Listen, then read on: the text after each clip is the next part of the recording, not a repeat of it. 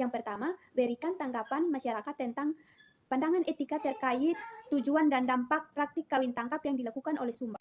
Yang kedua, menjelaskan dampak sosial dan psikologi dari praktik kawin tangkap dari pelaku atau korban dari sudut pandang etika. Yang ketiga, memberikan solusi pribadi terkait penerapan praktik kawin tangkap di dalam masyarakat Sumba. Saya akan menjawab pertanyaan-pertanyaan. Yang pertama, kawin tangkap atau yang sering disebut sebagai kawin lari merupakan praktik sosial dari beberapa budaya, termasuk di Sumba, yang memiliki pandangan etika yang beragam dari masyarakat. Berikut adalah beberapa tanggapan masyarakat terkait praktik kawin tangkap di Sumba. Yang pertama, tradisi dan budaya. Bagi sebagian masyarakat Sumba, kawin tangkap adalah bagian dari tradisi yang telah berlangsung selama bergenerations. Yang kedua, hak perempuan. Tanggapan masyarakat terhadap kawin tangkap yang sering bergantung pada perspektif gender. Yang ketiga, norma sosial dan dalam konteks. norma sosial dalam konteks sosial, kawin tangkap dapat dilihat sebagai pelanggaran terhadap aturan yang ada. Yang keempat, dampak sosial dan emosional. Praktik ini dapat berdampak pada hubungan internasional dan dinamika keluarga. Beberapa masyarakat percaya bahwa kawin tangkap dapat menyebabkan konflik pribadi wanita. Sedangkan yang lain melihatnya sebagai cara untuk memperkuat ikatan dalam keluarga.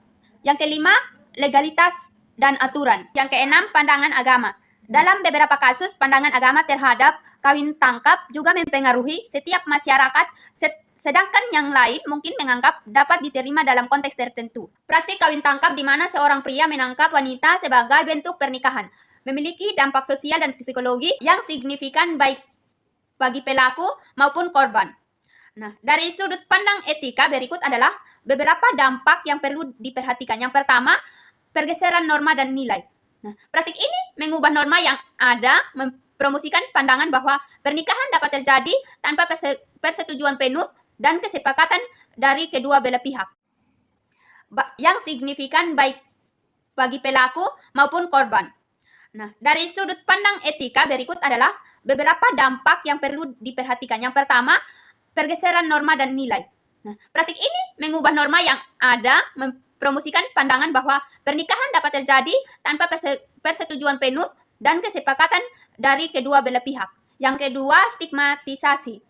Korban kawin tangkap seringkali menghadapi stigma dari masyarakat dan yang dapat mempengaruhi status sosial dan interaksi mereka di komunitas.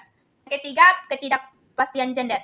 Praktik ini seringkali memperkuat ketidakpastian gender di mana perempuan dianggap sebagai barang yang dapat ditangkap tanpa memperhatikan keinginan dan hak mereka. Yang keempat, dampak pada hubungan keluarga. Hubungan antara keluarga pelaku dan korban bisa terganggu.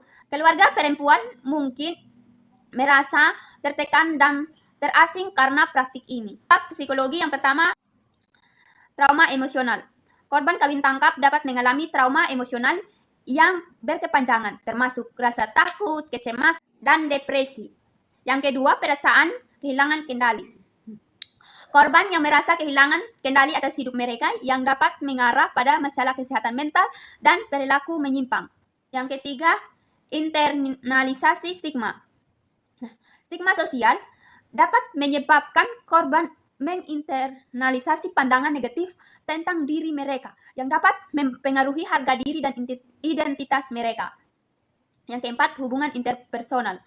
Korban mungkin kesulitan membangun hubungan yang sehat di masa depan, trauma jika mereka tidak memperoleh dukungan emosional yang memadai. Sudut pandang etika.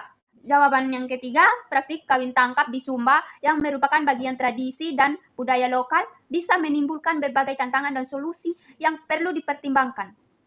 Berikut adalah beberapa solusi pribadi yang dapat diterapkan untuk mendukung penerapan praktik ini dengan cara yang lebih positif dan berkelanjutan. Pandang etika. Yang pertama, hak asasi manusia. Dari perspektif ini, hak asasi manusia melanggar hak individu untuk memilih pasangan dan hak kebebasan. Yang kedua, persetujuan yang informasi. Etika menekankan pentingnya persetujuan yang penuh dan sadar. Praktik ini seringkali mengabaikan prinsip ini yang merugikan korban. Yang ketiga, kewajiban moral. Pelaku memiliki kewajiban moral untuk menghormati hak dan martabat orang lain. Hak seseorang untuk memilih pasangan adalah tindakan tidak etis. Secara keseluruhan, kawin tangkap memiliki dampak yang kompleks dan seringkali negatif, baik dari segi sosial maupun psikologis. Jawaban yang ketiga, praktik kawin tangkap di Sumba yang merupakan bagian tradisi dan budaya lokal bisa menimbulkan berbagai tantangan dan solusi yang perlu dipertimbangkan. Berikut adalah beberapa solusi pribadi yang dapat diterapkan untuk mendukung penerapan praktik ini dengan cara yang lebih positif dan berkelanjutan.